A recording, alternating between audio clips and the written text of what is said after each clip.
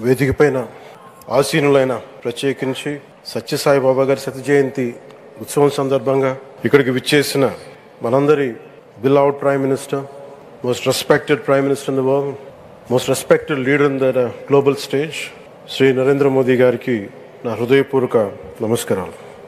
అలాగే తన అపారమైన అనుభవంతో రాష్ట్రాన్ని సమర్థవంతంగా నడిపిస్తున్న నాయకులు గౌరవ ముఖ్యమంత్రి శ్రీ చంద్రబాబు నాయుడు గారికి, భారతరత్న శ్రీ సచిన్ టెండూల్కర్ గారికి, శ్రీమతి ఐశ్వర్య రాయ్ బచ్చన్ గారికి, సోదరులు నారా లోకేష్ గారికి, వేదిక పైన ఆసీనులైన ప్రతి ఒక్కరికి, మంత్రివర్గానికి, బాబా గారు మహాసమాధి అయిన తర్వాత దాన్ని సమర్థవంతంగా నడిపిస్తున్న శ్రీ రత్నాకర్ గారికి, ప్రతి ఒక్కరికి పేరు పేరున నా హృదయపూర్వక నమస్కారం. ప్రత్యేకించి ఇక్కడికి వచ్చేసిన సత్జయంతి సందర్భంగా ఇక్కడికి వచ్చిన భక్తులందరికీ, సాయిబాబా భక్తులందరికీ మనస్ఫూర్తిగా మీ అందరికీ నా నమస్కారాలు తెలియజేస్తున్నాను. సత్యసాయిబాబా గారి గురించి, గొప్పతనాన్ని గురించి మన దేశస్తుల కంటే విదేశీయులు ఎక్కువ చెప్తారు ఆయన గురించి. కొన్ని సందర్భాలు ఇప్పుడు సింగపూర్ వెళ్ళినప్పుడు ఒక 30 సంవత్సరాల క్రితం చైనీస్ ఇళ్లలో చూశాను సత్యసాయిబాబా గారి ఫోటోగ్రాఫ్.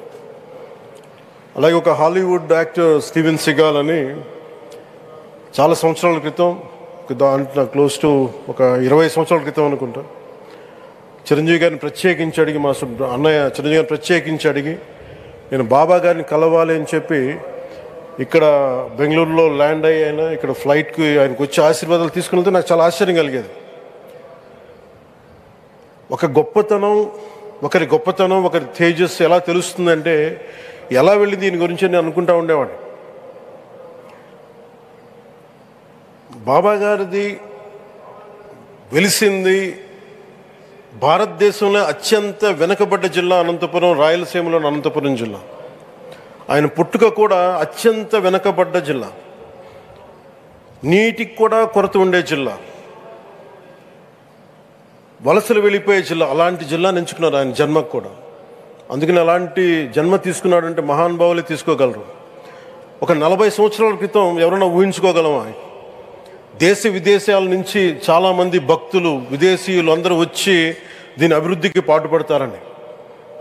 సో ఒక ఆధ్యాత్మిక తేజస్సు, విశ్వ ప్రేమ ఉన్న వ్యక్తుల వల్లే ఇది సాధ్యం. అలాంటి వ్యక్తుల కోసం ప్రత్యేకించి గౌరవ ప్రధానమంత్రి నరేంద్ర మోదీ గారికి ఇష్టమైనది ప్రజలందరికీ కనీసం ఒక 50 లీటర్ల నీళ్ళు ఇవ్వాలి, అది రక్షిత మంచినీరు ఇవ్వాలి. అలాంటి పథకం, ఒక 50 లీటర్ల నీళ్ళు కనీసం ఇవ్వాలి అనేది ఒక వ్యక్తికి ఆ సంకల్పం నరేంద్ర మోదీ గారు దీన్ని ముందుకు తీసుకొచ్చారు. ఒక ప్రభుత్వ పరంగా దీన్ని ప్రధానమంత్రి గారు తీసుకొస్తే, ఒక ఆధ్యాత్మిక గురువుగా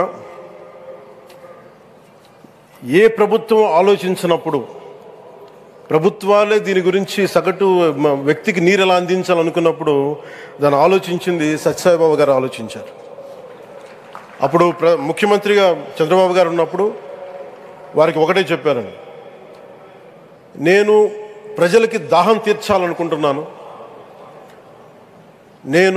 నాకు తెలిసిన భక్తులు, ఒక భక్తులు, ఒక ఆయన సింగిల్ హ్యాండెడ్గా 400 crores 400 కోట్ల రూపాయలు ఈ పథకానికి, సత్యసాయి ఈ పథకానికి ఇస్తాను, దాహం తీర్చే పథకానికి ఇస్తాను అంటే, దానికి ఆ రోజున ప్రత్యేకించి అలాంటి పర్మిషన్స్కి వీటికి కొంచెం కష్టాలు ఉన్నప్పుడు గౌరవ ముఖ్యమంత్రి నారా చంద్రబాబు నాయుడు గారు వీటికి అండగా ఉండి ఈ సత్యసాయి, ఈ దాహం తీర్చే ఈ పథకానికి, అంటే మనం చెప్పాలంటే జల్ జీవన్ మిషన్ అంకురం సాయిబాబా గారు చేశారు ఇక్కడ.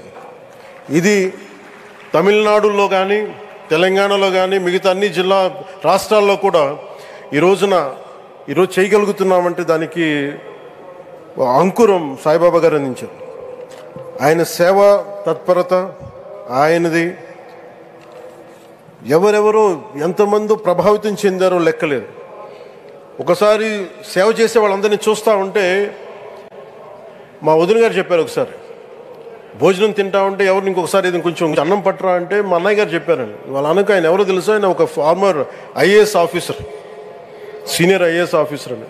ఆయనకి సెలవులో ఉన్న సమయంలో వచ్చి ఇక్కడ సేవ చేస్తారని.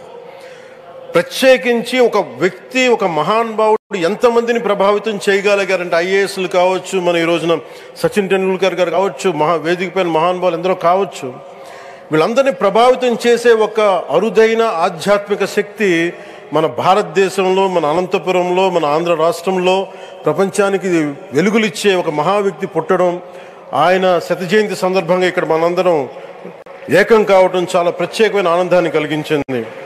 ఆయన సేవా తత్పరతని, స్ఫూర్తిని మున్ముందు మేమందరం కొనసాగిస్తాం.